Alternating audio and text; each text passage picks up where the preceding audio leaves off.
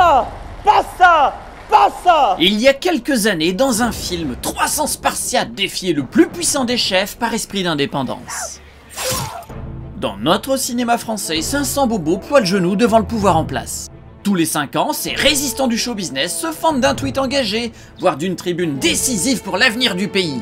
Et peut-être aussi un petit peu pour leur avenir de people dépendant des financements publics. Faut que je passe voir mes financiers. Si les 500 signataires de la tribune artistico-électoraliste estiment posséder une aura capable d'orienter le vote des Français, qu'ils commencent par attirer suffisamment de spectateurs devant leur création artistique subventionnée par ces mêmes Français qu'ils veulent influencer.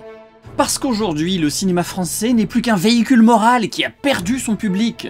On a sacrifié la dimension artistique et le plaisir populaire au bénéfice d'une approche idéologique rabâchée film après film. Car ce cinéma doit toujours diffuser un discours progressiste avant toute autre considération. La bonne épouse n'existe plus. Imagine, ça se trouve un jour tu gagneras plus d'argent que moi. Non mais... c'est fini le temps de la chasse et du gibier sur la table. Dans ces films, même les plus grands se voient réduits à être juste utiles à un discours. Et ils ne semblent même pas s'en plaindre. Ils s'en arrangent. Cette liberté qui doit se prendre comme un risque, bien davantage que comme une rente. Bien sûr que toute œuvre possède une dimension de propagande. Le problème vient quand les artistes financés par un État très contesté parlent d'une seule et même voix pour faire réélire le chef de ce gouvernement. Se crée alors une méfiance irréconciliable avec le public. À quand remonte la dernière fois que vous êtes sorti d'une salle de cinéma porté par l'enthousiasme d'un film français qui dépasse toutes vos attentes, qui sublime la mise en scène et dont le scénario génial vous ouvre des perspectives, plutôt que de vous servir des histoires de Parisiens au dialogue creux et à la mise en scène inexistante. Bon, allez, les cheval blancs, ça se boit pas avec des chips, donc à table. Mais plutôt des films qui s'empareraient des sujets d'actualité brûlants, controversés et incontournables de notre société. Qui vous rappellerait le génie du pays dans lequel sont nés vos ancêtres, ou qui proposerait un futur inspirant. Non, les Français sont persuadés que leur cinéma n'est là que pour chouiner ou pour ricaner.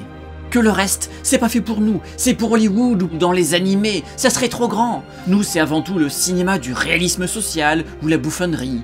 Mais quand la réalité frappe aux urnes, les stars descendent faire la morale républicaine au peuple qui ne devrait pas penser ce qu'il pense ou tirer un constat de ce qu'il voit. Oui, c'est pas cette réalité-là qu'ils aiment. Et puis j'ai passé une journée avec des enfants gravement malades et je peux vous dire que le cinéma est une chose qui compte dans le monde. Plutôt que de faire la guerre, on fait du cinéma. Et pourquoi leur cinéma social qu'ils présentent comme réaliste Bonjour madame. Bonjour madame. ne représente pas la réalité que nos maxi-bobos veulent faire taire à coups de tribunes engagées? Tout simplement parce que leur vision de la réalité est aussi fictive que leurs œuvres manichéennes. En danger. J'ai mal à ma terre. J'ai mal à ma terre. Si cette chaîne YouTube Contre-Histoire du cinéma évoque ces trahisons tout en évoquant les possibilités infinies auxquelles ont renoncé nos artistes, c'est pour rappeler qu'indépendamment de son dogmatisme, la nullité du cinéma français actuel n'est pas une fatalité ou une question de moyens, mais uniquement de volonté. La pensée unique de nos artistes a accouché d'une forme unique, prévisible, figée, sans ampleur, sans lyrisme, toujours enfermée dans un carcan moral restrictif, sur le fond comme sur la forme. Alors que techniquement, on pourrait envisager tous les sujets en France. Un épisode d'Astérix aux Jeux Olympiques ne coûte pas plus cher qu'un épisode du Seigneur des Anneaux, Gladiator, Gravity ou 1917. La plupart de nos films français populaires ont des budgets équivalents à ceux de Black Swan, de Pulp Fiction, de $1 Million Baby ou de Slumdog Millionnaire. Vous devriez le savoir, c'est vous qui payez. Il y a quelques années encore, notre cinéma inspirait la planète entière en confrontant gauchistes de génie, droitards virtuoses, centristes bienveillants, traditionalistes décomplexés et anarchistes 68 arts inspirants. Les artistes n'étaient d'accord en rien sur les idées, mais mettaient tout le monde d'accord sur le cinéma. Et c'est ça qu'on attend de nos 500 artistes militants. Mais pas ça! Pas ça!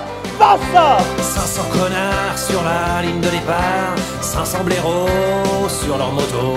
Ça fait un max de blaire aux portes du désert, un paquet d'enfoirés au vent du Ténéré. Pour soutenir cette chaîne, pensez à vous abonner et à cliquer sur la cloche. Un compte Tipeee existe aussi afin de financer des pubs destinées à promouvoir cette vidéo sur les réseaux sociaux. Le lien en dessous de la vidéo.